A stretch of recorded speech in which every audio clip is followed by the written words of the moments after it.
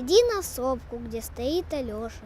Ты с высоты увидишь панораму многоэтажьем города огорожен, где шпагами скрестили стрелы кранов.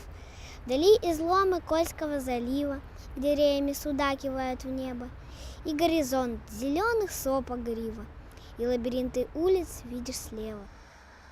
Отсюда Мурманск словно на ладони вздымаются террасами ступени, и облака, гривастые как кони, над городом пасутся легкой тенью, и порт внизу причала накантован.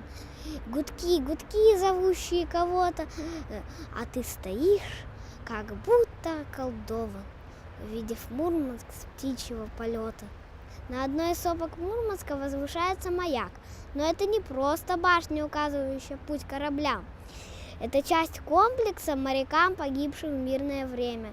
Центр мемориала – шестигранная башня-маяк высотой 17,5 метров. Этот памятник был открыт в октябре 2002 года.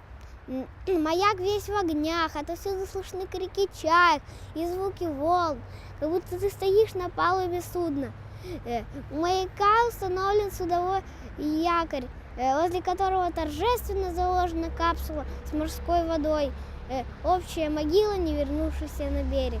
На первом этаже маяка открыт зал музей памяти, в котором хранятся книги, в которых вписаны имена рыбаков, моряков, торгового, военного, подводного флотов, летчиков палубной авиации, погибших в море с 1945 года. 15 июня 2009 года установлена рубка атомной подводной лодки «Курск», ставшая памятником морякам-подводникам, погибшим в мирное время. Гибель Курска и 118 человек на его борту – одна из самых крупных первых национальных трагедий.